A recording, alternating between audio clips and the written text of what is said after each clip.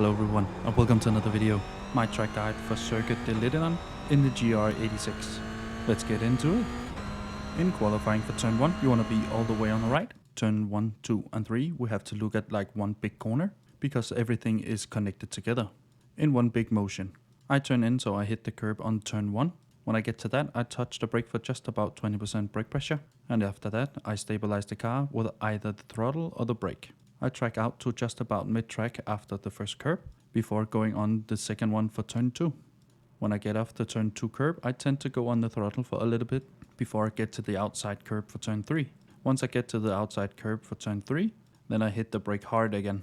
There seems to be quite a lot of lines through these corners, but this is the one I like the most. You want to turn in, so you cut the inside curb for turn 3. Just before you get to it, you should be able to go full throttle again, and still make turn 4.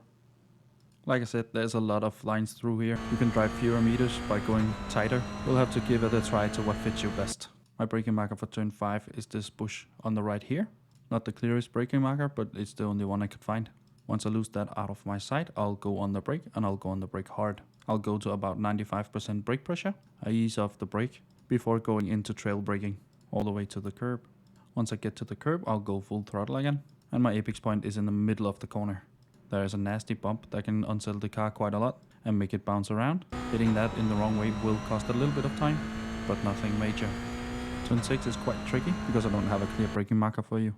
But I try and brake just before I lose the grass here on the left, and we're gonna be braking really hard, about 80% brake pressure before we ease off into a trail braking motion. And you want to hold that all the way to the top of the corner, which is also where we want to apex. I put one set of wheels on the curb on the inside. Once I roll off the curb again, I'll apply the throttle. We have a bit of runoff we can use on the outside. If you keep one set of wheels on the red and white curb, you should not get a 1x. So you want to do that to maximize your speed. Turn 7 is flat out, we just cut that. And then you want to be all the way on the left for turn 8. I put half a car outside the white line. We don't have to brake for turn 8, we just have to stabilize the car with the throttle and a little bit of brake, but nothing more than 10%. And of course cut the curb on the inside. My braking marker for turn 9 is the drain here on the left.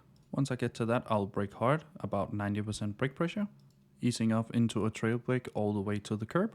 We can get really aggressive with the throttle and the turn in here because we're going uphill. So as soon as we get to the curb, you should go full throttle. Because we're going uphill, we have a lot more traction going up.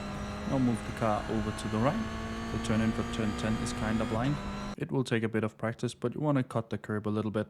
It's kinda difficult, it'll just take some practice. I don't have a clear braking marker for turn 11, but I brake just when I get on the curb. And you want to be braking really hard in the beginning, about 90% brake pressure.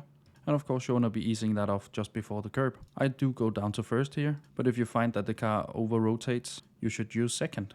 Once I get to the curb, I'll go full throttle. Here I was a little bit aggressive with the throttle, so I had to give it a lift to make the next corner.